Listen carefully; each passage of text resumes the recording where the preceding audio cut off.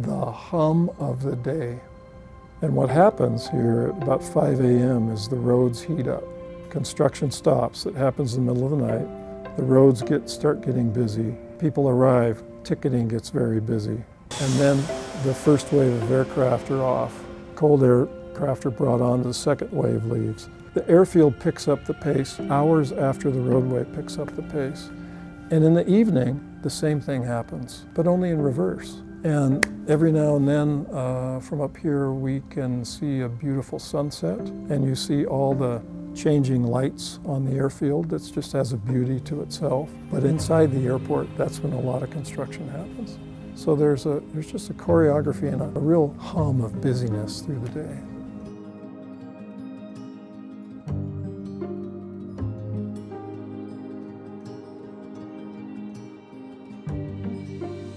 My name is Elizabeth Levitt, and when I retired from the port, I was the Senior Director of Engineering, Environment, and Sustainability. Well, when I started my role on the third runway, I was the project manager for all the permitting that had to be done. And when the project was completed, I was the head of aviation environmental. Well, the primary reason for the third runway was because of delays that were being caused during bad weather situations when the cloud ceilings were low, which were creating huge backups in the air and planes would have to circle. Prior to the third runway, there were the two runways, 16 left and 16 center. And because of inclement weather, we couldn't operate the two of them at the same time. So the best solution was to add a third parallel runway outboard, giving enough separation between the runways. And the reason this matters is because in close parallel runways, you can have the planes come in quite close to each other and land together because the pilots can see each other. In bad weather, the FAA requires, since the cockpit is invisible, they have to be far enough away that navigational aids can guide the planes without any danger that they would accidentally hit each other. So we needed to separate the two approach streams more than the 800 feet that we currently had at that time between the runways. So by putting a runway out at 2,500 foot separation, we were able to achieve two parallel streams of approaches in bad weather. And that was the reason we needed to put it in there. My name's Tracy Goodwin, and I was a senior port counsel for the Port of Seattle from 1995 until 2019. I oversaw the litigation and permitting for the third runway project, and that also included all the other master plan projects. There were many different layers of approvals, both local, state, and federal approvals. Lots of different team members. We had groups that we were working with at the Federal Aviation Administration, the FAA, big project teams, both technical, planning, legal teams. And the community opposition was huge. You couldn't watch the news for a week without seeing something about the opposition to that third runway. And it was all these headlines about, it was a years-long, decades-long legal fight against it. Hi, my name is Nancy. I'm the director of the Highland Heritage Museum. And we are located in Burien, but we also representing the Highland region, which is exactly the same area as the school district, covering areas of Y Center, Burien, Sea-Tac, Nomadic Park, and a little bit of Des Moines.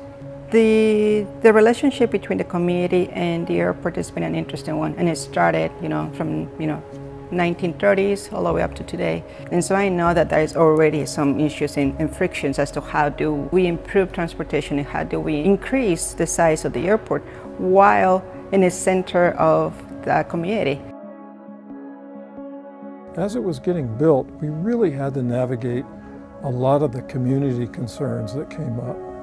For example, underneath the third runway is a water drinking aquifer for the community here. So we had to make sure that all the soil put in was pure and clean.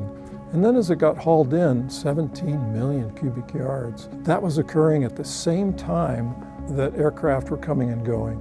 So a truck could come in about every 45 seconds, and on a busy day, an aircraft to be received or launched every 45 seconds. A lot of activity.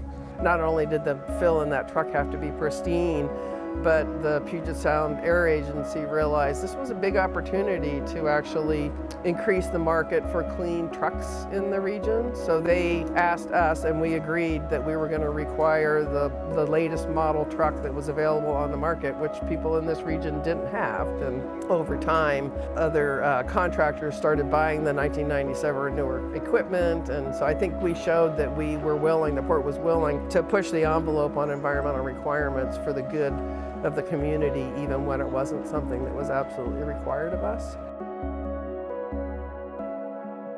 So when you look at what's happening today and the struggles in that infrastructure growing and thriving, and then you step back a little bit on the different issues in history, all the way from the third runway, the second runway, the transitions on the engines and technology. Back then, the airplanes were the engines were too loud, too big, to be against a really small little window shaking in the schools. And so there is a lot of historical emotions throughout the community in many different ways. But once again, it's not about being part of the problem, it's about being part of the solution. People that are involved in environmental permitting would look at the third runway project and realize, boy, those guys really set the bar high, and that's where the bar stayed. So it was definitely precedent setting in terms of regulatory rigor in the region. There were water quality treatment techniques that we piloted on the third runway, use of organic filters. You know, we were the first huge construction projects that did a lot of temporary erosion and sediment control. And we had to treat that water on site before it could be discharged to the creek. It was innovative. I mean, we set the precedent for the industry with respect to construction stormwater management.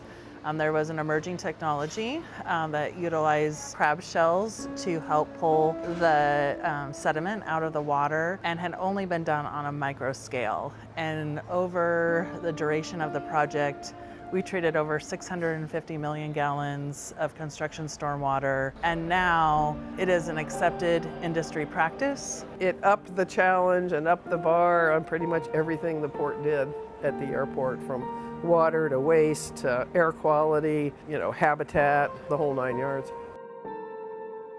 History is history. History is our past. History, the lessons that we are embracing and going and learning from. But that's not where we're going to be staying. The thing is, okay, the situation is there now. What are the solutions? And for me, the solutions is about dialogue, talking, addressing, and really be creative. How do we meet the needs of a better infrastructure in our transportation in the region while protecting the community? You know, I think more than anything, it was listening.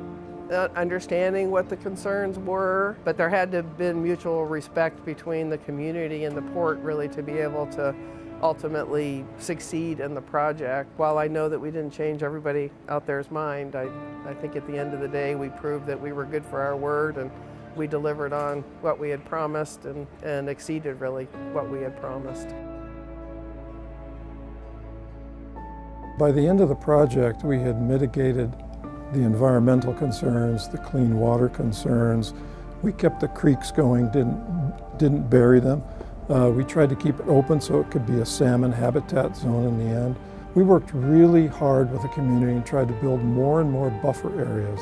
So the water reaching the sound now, after the third runway, is much cleaner than before.